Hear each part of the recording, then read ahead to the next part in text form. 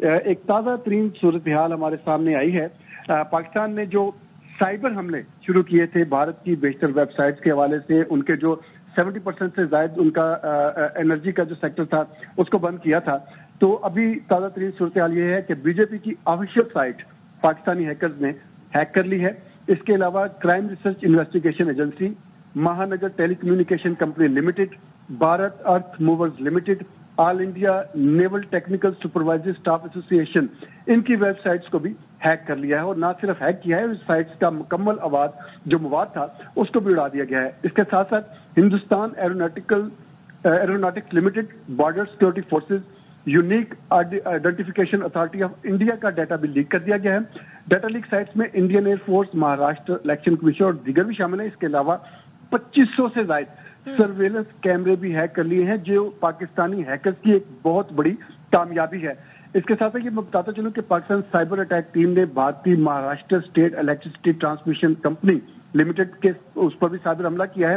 اس کے ساتھ ساتھ Maharashtra state electricity transmission company کی جو ویب سائٹ ہے وہ بھی نہ صرف ہیک کر لی گئی ہے، بلکہ ان کا جو سسٹم ہے اس کو ہیک کرنے کے بعد بجلی بھی مکمل طور پر بند کر دی گئی ہے۔ مہاراشٹر اسٹیٹ کے تمام کمرشل اور ڈومیسٹک میٹرز کا ریکارڈ وہ بھی وہاں سے چوری کر لیا گیا ہے۔ تو پاکستان کی طرف سے مرحلہ وار مختلف مراحل میں جواب دینے کا عمل جاری ہے۔ پاکستان بتا رہا ہے، اور نہ صرف بتا رہا ہے بلکہ شواہد کے ساتھ، ویژول شواہد کے ساتھ، اس کے علاوہ جو دیگر متعلقہ شواہد ہیں ان کو بھی سامنے لا رہا ہے، اور دنیا کو بتا بھی رہا ہے کہ پاکستان نے دن کی روشنی میں اور بتا کر جوابی عمل شروع کیا ہے۔ مرحلہ وار مختلف جو جتنی بھی کامیابیاں آ رہی ہیں وہ ہم اپنے ناظرین کو شیئر کر رہے ہیں۔ نہ صرف سائبر اٹیک ٹیم، پاک فضائیہ کی ٹیم، پاک فوج کی ٹیم اور جو دیگر متعلقہ ادارے ہیں وہ اپنا کام کر رہے ہیں۔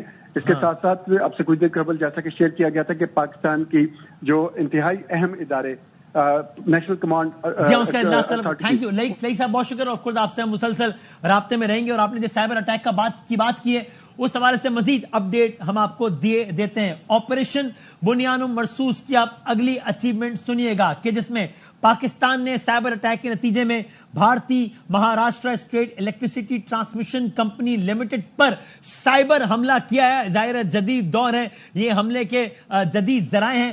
پاکستان سائبر اٹیک ٹیم کا بھارتی Maharashtra state electricity transmission company limited پر سائبر حملہ ہوا ہے۔ پاکستانی سائبر اٹیک ٹیم نے Maharashtra state electricity transmission company limited کو ہیک کر لیا ہے، جس کے نتیجے میں پاکستانی سائبر حملے کے نتیجے میں وہاں بجلی مکمل طور پر بند ہے، اور اس حملے کے نتیجے میں مہاراشٹر اسٹیٹ کے تمام کمرشل اور ڈومیسٹک میٹرز کا ریکارڈ اڑا دیا گیا ہے۔ اس حملے کے نتیجے میں مہاراشٹر اسٹیٹ کے تمام کمرشل اور ڈومیسٹک میٹرز کا ریکارڈ اڑا دیا گیا ہے۔ اس کے علاوہ بی جے پی کی آفیشیل ویب سائٹ کو ہیک کر لیا گیا ہے۔ ہیک کی گئی دیگر ویب سائٹس میں crime research investigation agency, Mahanagar ٹیلی کمیونیکیشن کمپنی لمیٹڈ، بھارت ارتھ موورز لمیٹڈ، آل انڈیا نیول ٹیکنیکل سپروائزری اسٹاف ایسوسی ایشن شامل ہے۔ ہیک کی گئی سائٹس کا مکمل مواد اڑا دیا گیا ہے۔ ہیک کی گئی مزید ویب سائٹس میں Hindustan aeronautics limited, border security forces, یونیفک آرٹیفکس اتھارٹی آف انڈیا کا ڈیٹا بھی لیک کر دیا گیا ہے۔ ڈیٹا لیک سائٹس میں Indian air force, Maharashtra election commission اور دیگر شامل ہیں۔ اس کے علاوہ 2500 سے زائد سرویلنس کیمرے بھی ہیک کر لیے گئے۔ 2500 سے زائد سرویلنس کیمرے اس سائبر اٹیک کے نتیجے میں ہیک کر لیے گئے۔ جی ہاں، آپریشن بنیان مرصوص کی یہ مختلف جہتیں ہیں جو کہ آپ سن رہے ہیں، اس میں ہر طرز کا حملہ شامل ہے۔ پاکستان نے حد الوسع، حد الامکان کوشش کی کہ یہ نہج نہ آئے۔ پاکستان بار بار بتاتا رہا کہ اگر اس نہج پر ہمیں لایا گیا تو پھر ہم آگے بڑھتے چلے جائیں گے۔ ہم آگے بڑھتے جا رہے ہیں، اور سائبر اٹیک ٹیم نے جو مختلف اٹیکس کیے ہیں ان کی تفصیلات آپ نے سن لی۔ بالکل، یہ ہوتا ہے دفاع اور یہ ہوتا ہے منظم جواب۔ تازہ ترین صورتحال پر بات کرنے کے لیے بریگیڈیئر ریٹائرڈ مسعود احمد صاحب بھی ہمارے ساتھ موجود ہیں۔ بریگیڈیئر صاحب، بہت شکریہ آپ کے قیمتی وقت کے لیے۔ ہم نے بارہا کہا کہ ہم جنگ کرنا نہیں چاہتے ہیں، ہم امن کے دائی ہیں، لیکن اس کو ہماری کمزوری نہ سمجھا جائے۔ مگر ہم نے دیکھا کہ بھارت باز نہیں آیا، اور آج جس طریقے سے ہم نے اپنا دفاع کیا اور آپریشن بنیان مرصوص جو ہے وہ ہم نے لانچ کیا،